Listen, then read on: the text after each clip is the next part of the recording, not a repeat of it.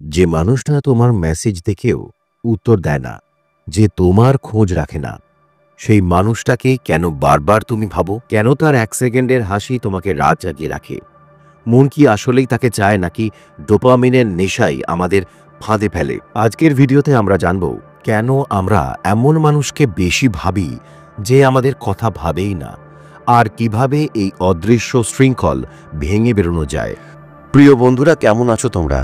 আশা করি ভালো আছো, অন্তত বাইরের দিক থেকে। কিন্তু ভেতরে কোথাও কি একটা চাপা কষ্ট, না বলা কিছু কথা, কিংবা হারানোর হাহাকার লুকিয়ে আছে? আমি তোমাদের সাইকোলজিস্ট বন্ধু নীল। আজকের এই বিশেষ ভিডিওটা ঠিক তোমাদের জন্য। সত্যি কথা বলো তো, তুমি কি কোনোদিন এমন কাউকে মনের ভিতর ধরে রেখেছো যে তোমাকে পাত্তাই দেয়নি?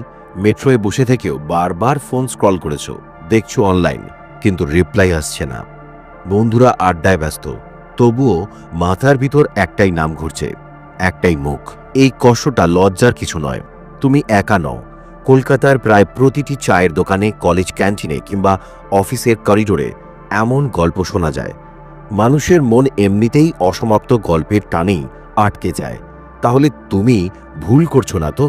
তুমি মানুষ বলেই এরকম অনুভূতি হচ্ছে। আজকের ভিডিওতে আমরা শুধু তোমার কষ্টকে নাম দেব না, আমরা বুঝবো কেন এটা হয় আর কিভাবে এই ফাঁদ থেকে বেরিয়ে আসা যায়। প্রথমে বোঝো, এটা প্রেম না, এটা অনেক সময় মনের রাসায়নিক খেলা। আমাদের ব্রেন ডোপামিন নামের এক রাসায়নিক দিয়ে রিওয়ার্ড সিস্টেম চালায়। যখন কেউ হঠাৎ রিপ্লাই দেয়, হঠাৎ মিষ্টি একটা লাইন বলে, আমাদের ভিতর ডোপামিন রিলিজ হয়। কিন্তু পরক্ষণেই যখন অদৃশ্য হয়ে যায়, আমরা সেই আনন্দ আবার পেতে চাই। এই ওঠা নামার নামই হলো ইন্টারমিটেন্ট রিইনফোর্সমেন্ট, মানে মাঝে মাঝে পুরস্কার। জুয়ার টেবিলে যেমন মানুষ হেরে গিয়েও বসে থাকে, কারণ কখন জিতবে তার নিশ্চয়তা নেই। তুমি যখন সেই মানুষটার রিপ্লাইয়ের জন্য অপেক্ষা করো, ঠিক একই জিনিস ঘটছে তোমার মনে। আরেকটা কারণ হলো জেইগার্নিক এফেক্ট। যে কাজ শেষ হয়নি, অসমাপ্ত থেকেছে, মস্তিষ্ক সেটা ছাড়তে চায় না। অসমাপ্ত সিনেমা, অসমাপ্ত গল্প যেমন মাথায় ঘোরে, তেমনি অসমাপ্ত সম্পর্ক মনে থেকে যায়। তুমি ভাবছো সে কেন উত্তর দিল না, এই প্রশ্নই তোমাকে আটকে রেখেছে। এখানেই তো আসল ফাঁদ। মন বলে হয়তো সে একদিন বুঝবে, হয়তো আগামীকাল রিপ্লাই দেবে। কিন্তু যতক্ষণ সেই হয়তো জিয়ে রাখে মন, ততক্ষণ তোমার ব্রেন এই লুপ থেকে বেরোতে চায় না। ধরো অভিষেক কলেজে পড়ে, রোজ ক্লাস শেষ করে ওরা সবাই একসাথে কফি হাউসে যায় আড্ডা দিতে। বন্ধুদের সঙ্গে হাসাহাসি চলে। অভিষেকের মাথার ভিতর কেবল একটাই মুখ, স্নিগ্ধা। স্নিগ্ধা মাঝে মাঝে ওকে হাই বলে, আবার মাঝে মাঝে হঠাৎ গায়েব হয়ে যায়। ফোন করলে ধরেও না, তারপর হঠাৎ রাতে হাই লিখে মেসেজ পাঠায়। অভিষেক ভাবে হয়তো ও আমাকে পছন্দ করে, নইলে রাত 12টায় হাই লিখবে কেন। কিন্তু পরের দিন আবার দেখা যায় স্নিগ্ধা ইনস্টাগ্রামে স্টোরি দিচ্ছে কারোর সঙ্গে ক্যাফেতে বসে, অথচ অভিষেকের মেসেজে সিন হয়ে পড়ে রয়েছে। এভাবে দিন যায়, মাস যায়, অভিষেকের ঘুম কমে যায়, পড়াশোনায় মন বসে না। বন্ধুরা মজা করে বলে তোকে গোস্ট করছে রে, কিন্তু অভিষেক ছাড়তে পারে না। মনের ভিতর একটাই লুপ, আজ হয়তো রিপ্লাই আসবে, আজ হয়তো ও বুঝবে। এই আশা, এই ডোপামিনের নেশাই ওকে প্রতিদিন নতুন করে আটকে রাখে।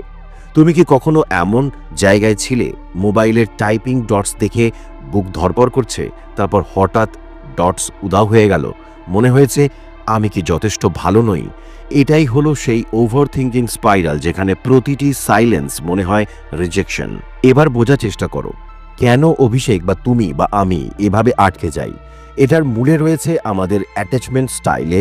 শিশুকাল থেকে আমরা যেভাবে ভালোবাসা শিখি, সেভাবেই বড় হয়ে সম্পর্কের ভাষা তৈরি হয়। যেমন ধরো, এক, অস্থির মনের টান, অ্যাংশাস অ্যাটাচমেন্ট। যাদের অ্যাংশাস অ্যাটাচমেন্ট থাকে তারা সবসময় ভাবে সে আমাকে ছেড়ে চলে যাবে না তো। একটু রিপ্লাই না এলে, একদিন ফোন না এলে মনে হয় দুনিয়া ভেঙে পড়ছে। অভিষেকের মতো মানুষরা এই ক্যাটাগরিতে পড়ে। তাদের মন ক্রমাগত খোঁজ করে ভ্যালিডেশন, আশ্বাস, প্রেজেন্স। দুই, অ্যাভয়েডেন্ট অ্যাটাচমেন্ট, পালিয়ে বেড়ানো মন। আবার অন্যদিকে কেউ কেউ অ্যাভয়েডেন্ট, তারা ভালোবাসে কিন্তু দূরে থাকে। তাদের কাছে স্বাধীনতা অনেক বড় জিনিস। স্নিগ্ধার মতো মানুষ অনেক সময় অ্যাভয়েডেন্ট হয়, তারা কাছাকাছি এলে দম বন্ধ লাগে, তাই তারা একটু স্পেস চায়, দূরে সরে যায়। তুমি তখন ভাবো সে আমাকে ইগনোর করছে, কিন্তু আসলে সেটা তাদের fear of closeness. 3. Secure attachment, নিরাপদ টান। আর একটা গ্রুপ আছে সিকিউর। এরা ভালোবাসলেও নিজের ভারসাম্য হারায় না। তারা জানে যদি কেউ উত্তর না দেয় তার মানে আমি খারাপ নই। তারা ভালোবাসাকে গুরুত্ব দেয়, কিন্তু নিজেকেও সমানভাবে গুরুত্ব দেয়। তাহলে বুঝতে পারছো, অভিষেকের অ্যাংসাস নেচার আর স্নিগ্ধার অ্যাভয়েডেন্ট প্যাটার্ন একসাথে একটা দোলনা তৈরি করেছে। একজন যত বেশি টানে, অন্যজন তত দূরে সরে যায়। এটাই হলো অ্যাটাচমেন্ট ডান্স, যেখানে যতক্ষণ না তুমি তোমার প্যাটার্ন চিনছো ততক্ষণ মুক্তি নেই।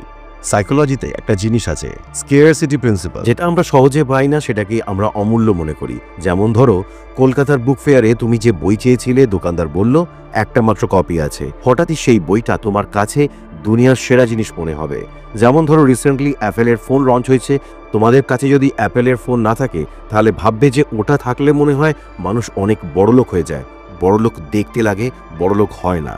ঠিক তেমনই, যে মানুষ তোমাকে বারবার আনঅ্যাভেলেবল রাখে, সে হঠাৎ তোমার কাছে বেশি প্রেশিয়াস মনে হয়। কিন্তু মনে রেখো, তার কম উপস্থিতি মানে তার উচ্চ মূল্য নয়। এটা শুধু স্কেয়ারসিটি তৈরি করা। সাঙ্ক কস্ট ফ্যালেসি, যা দিয়েছি সেটা ছাড়বে না। আর একটা ফাঁদ হলো সাঙ্ক কস্ট ফ্যালেসি। তুমি যদি ইতিমধ্যেই কারোর জন্য সময়, এনার্জি, ইমোশন দিয়ে থাকো, তাহলে মনে হয় এখন তো ছাড়তে পারি না, এত কিছু ইনভেস্ট করেছি।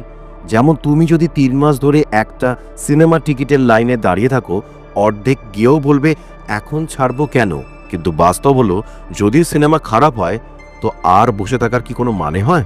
তেমনই সম্পর্কের নামেও তুমি হয়তো বসে আছো, সেটা আসলে ভেঙে পড়েছে। ধরা যাক, সে হঠাৎ একদিন স্মাইল ইমোজি দিল, তুমি সঙ্গে সঙ্গে ভাবো, দেখছো ও আমাকে পছন্দ করে। এটাই হলো কনফার্মেশন বায়াস। আমাদের মন নিজের ইচ্ছে মতো তথ্য কুড়িয়ে নেয়, আর যা মানতে চায় না তা ইগনোর করে। তুমি হয়তো 9টা উপেক্ষার ঘটনা ভুলে যাও, কিন্তু একটা মাত্র ছোট্ট ইঙ্গিত আঁকড়ে ধরো। অনেক সময় আমরা একটা মানুষকে নয়, বরং তার চারপাশে তৈরি করা কল্পনাকে ভালোবাসি। আমরা ভাবি যদি সে আমার সঙ্গী হয়, আমরা হয়তো শিয়ালদার ট্রেনে একসাথে গান শুনতাম, বর্ষার দিনে কফি খেতাম। কিন্তু আসল সমস্যা হলো, সে তো বাস্তবে কিছুই দিচ্ছে না।